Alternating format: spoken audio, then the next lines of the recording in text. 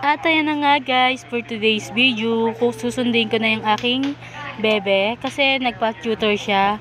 1 hour lang yung kanyang pa-tutor, kaya ayan, susunduin na natin siya. At ayan nga guys, sayang-saya siya dyan sa pagpapa-tutor kasi sa bahay talagang ayaw niyang mag-aaral.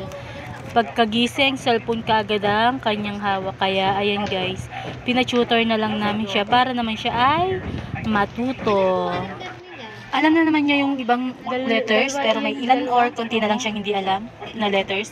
Numbers alam na rin niya. Sa pagsusulat na lang namin siya talaga sinasanay kasi talagang pahirapan sa pagsusulat, kaya pina-tutor din namin siya. So ayan guys, kami ay pauwi natin na ayos na yung kanyang mga gamit. Huwag mo nalagay yung ID mo. Babay na. Thank you.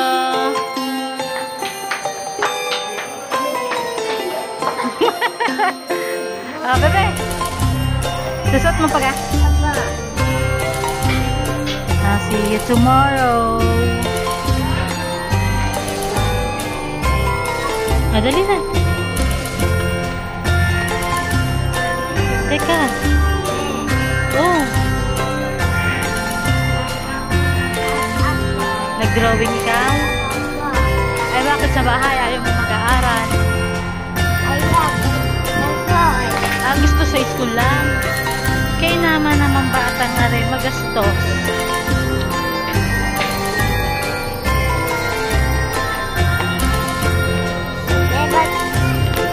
Chloe, ba't hindi kayo nag-play?